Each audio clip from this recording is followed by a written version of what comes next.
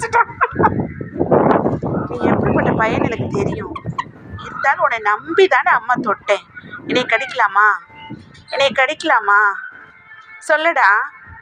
அம்மாவையே கடிக்கிற? அம்மாவையே கடிக்கிற? நீ என்ன பைத்தியமா? நீ என்ன பைத்தியமா?